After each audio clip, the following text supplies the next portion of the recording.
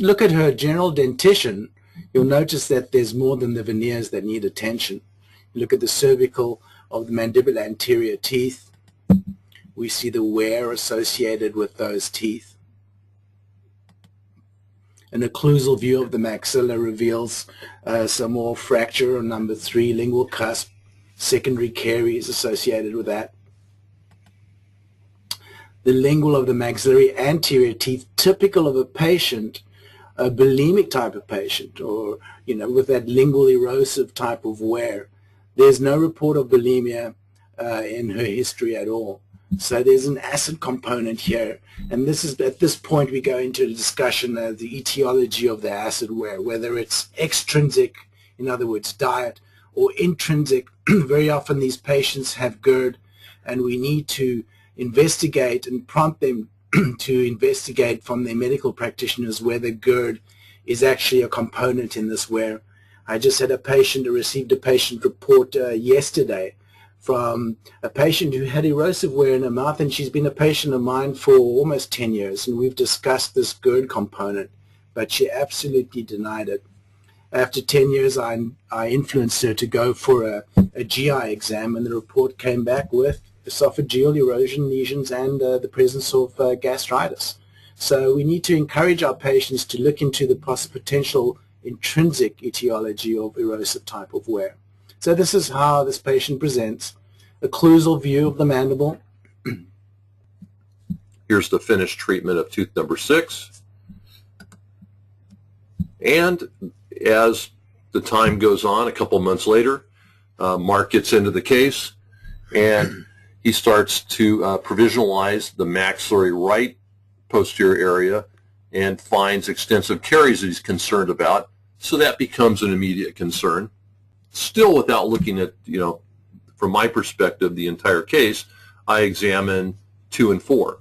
So just to put you in perspective as to what's going on with the patient, the initial therapy phase started out with the caries control, Campbell protocol, oral hygiene protocol, and obviously caries control. And this is where we're at in the case.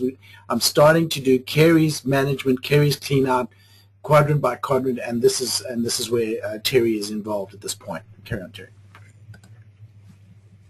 So now it's a little bit more of an extensive multi-tooth exam, looking at the entire maxillary right quadrant.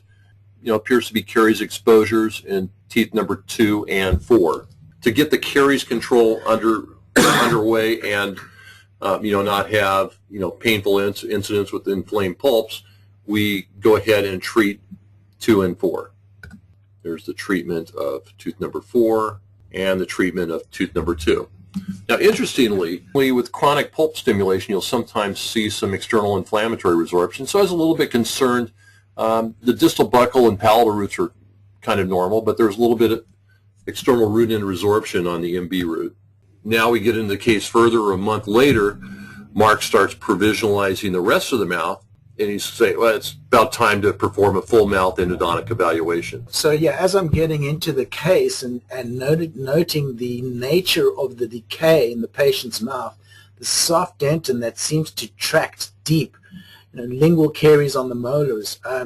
So I'm getting an idea that this is not superficial caries. Everything is tracking deep, and I'm saying, look, this case is extending into a much bigger situation, and that's where we're at with Terry. At this point, I'm thinking, well, we just need a comprehensive exam on the case.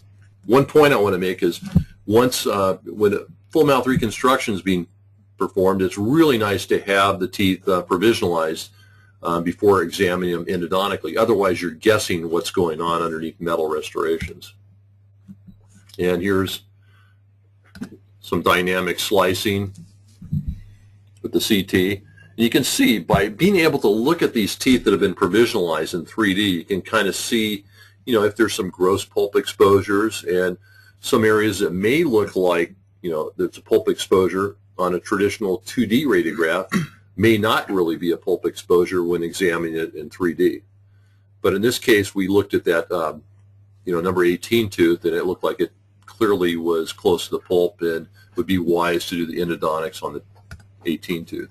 And we just kind of did a stitch scan with the CareStream scanner of the whole maxillary arch, and there's a teeth we ended up treating. on the maxillary right side, and we had not yet treated the other teeth. Yeah, at this point, so, you know, the sequencing of treatment at this point is caries control, endodontic treatment. So I have these short-term provisional. These are just duplicates of her original teeth in this phase of treatment, and I'll do the core build-ups, and each will go into the details later, the thought process that's involved in the core build-ups, whether the teeth need posts or not, and what kind of material. Do we want a material with high compressive strength, high tensile strength, high modulus of elasticity? And that all depends on the remaining tooth structure we'll talk about in a while.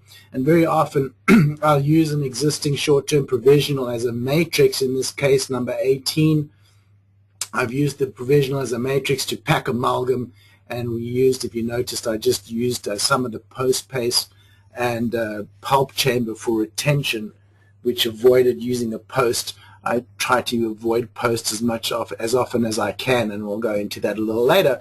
But this is just this initial phase of therapy. Caries clean out, endodontic treatment with sealing and coronal sealing with cores and build-ups, and Terry carries on with the rest of the mouth. It was very unusual, the soft dentin that this woman had. Even going deep and into the pulpal sealing, the caries was deep and the dentin was soft all the way through. This is a big concern to me. You can see with the Explorer here, drying it, it's very crusty, very caries prone, this woman. Here's entry into the pulp chamber space. I don't like this kind of stained dentin. This is a problem for this woman. You can see the dark brown infected dentin. And so I used a lot of caries indicator dye to make sure that there was no remaining caries in this case. Here's the completion. Here she is in a full occlusal view where she's been prepped. Notice the different materials I've used for foundation and core. Some cases amalgam, some cases core paste, others light cured composite resin. So some of the studies by Cho and Donovan from '99 comparing core materials from the perspective of compressive strength and diametral tensile strength have shown that the light cured hybrid composite materials can compare in compressive strength to amalgam, to a high copper amalgam like Valiant. The core paste, in other words, the auto cure flowable paste materials that are much easier to use flow into the core, do not exhibit as much of that compressive strength. So you need to consider how much support you're getting from your remaining tooth structure when you're making these decisions. This is a highly intellectual process that one needs to go through. It's not a cookbook of one technique is the best technique, because we don't have the science, we don't have the literature to show us that there is a panacea. We have to intellectualize on every single tooth, and one needs to be in concert with the treating members of the team, the endodontist or the orthodontist and all the other members at all times. Here she is, provisionalized full arch maxilla. At this point we're moving forward. We've opened up the vertical. I haven't provisionalized the mandibular anterior, but it shows you what I've done here just to aid the orthodontist in releasing these teeth to uncouple the anterior and achieve our goals of function in the anterior in the patient's mouth. So if you apply these principles to the endodontic tooth, you can almost transfer them right over. You look at the endodontic tooth, you want to look at the biomechanical structural status of each individual abutment. Where is this tooth functionally in the patient's mouth? Is it a cuspid? Is it a second molar taking multi-directional more force? Is it a lateral incisor, the least trafficked tooth in the mouth? And will the occlusion allow you to control the forces on this tooth? What is the periodontal status of that tooth? How much attachment support do we have? And lastly, the aesthetic value of that tooth, obviously pertaining to the anterior with regards to discoloration, very often found in endodontically treated teeth. So from a structural perspective, we need to evaluate what is our remaining sound tooth structure. I think this is the one component in evaluating prognosis. the most important component because that will directly affect the longevity and prognosis of a tooth.